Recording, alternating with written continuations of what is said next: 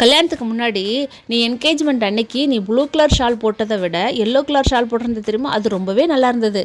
ஐயோ பரவாயில்லையே, நம்ம போட்டிருந்த ஷாலு கூட கவனமாக மறக்காமல் பார்த்து சொல்கிறாங்களே, அப்போ நம்மளையும் நல்லா கவனமாக பார்த்துக்கிடுவாங்க அப்படி தானே அப்படி நான் நினச்சிட்டு இருந்தேன். கல்யாணத்துக்கு அப்புறம் ஃபஸ்ட்டு டூருக்கு போனனால மறந்தாச்சு, சரி போகட்டும். ஃபஸ்ட்டு சினிமாவுக்கு விருந்துக்கு போனனால மறந்தாச்சு, சரி விடு. ஃபஸ்ட்டு சண்டை போட்டனால மறந்தாச்சு, சரி ஓகே.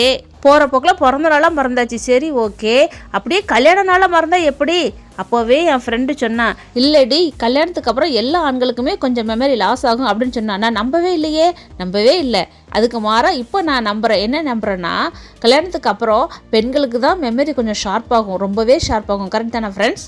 எப்படின்னு தெரில, கார் வாங்கின நாள் ஞாபகம் இருக்குது, காருக்கு சீட்டு போட்ட நாள் ஞாபகம் இருக்குது, காரை சர்வீஸ் விட்ட நாள் ஞாபகம் இருக்குது, இவ்வளவு ஏன் காரில் தூசி படிஞ்ச நாள் கூட ஞாபகம் இருக்குது. ஆனால் அந்த காரில் வச்சு கூட்டிகிட்டு வந்த வீட்டுக்கு காரி ஞாபகம் மட்டும் மறந்து போச்சு. என்ன ஃப்ரெண்ட்ஸ், நான் சொல்கிறது உங்களுக்கு புரிஞ்சிருக்குன்னு நினைக்கிறேன். புரியலன்னா மறுபடியும் ப்ளே பண்ணி பாருங்கள். வீட்டுக்காரியை தான் நான் பிரித்து வீட்டுக்காரி அப்படின்னு சொன்னேன். இன்றைக்கி பிறந்த நாள் கல்யாண நாள் கொண்டாடுற எல்லாத்துக்குமே கடவுளுடைய ஆசீர்வாதமும் என்னுடைய விசேஷம் எப்போதுமே இருக்கும். Happy birthday to all. என்ன ஃப்ரெண்ட்ஸ், நான் சொல்லி சரிதானே? சரினா கீழே கமெண்ட் பண்ணுங்கள். அவ்வளோதான் ஃப்ரெண்ட்ஸ், இந்த வீடியோ பிடிச்சிருந்தா லைக் பண்ணுங்கள். அடுத்த வீடியோவில் மீட் பண்ணலாம். Okay bye.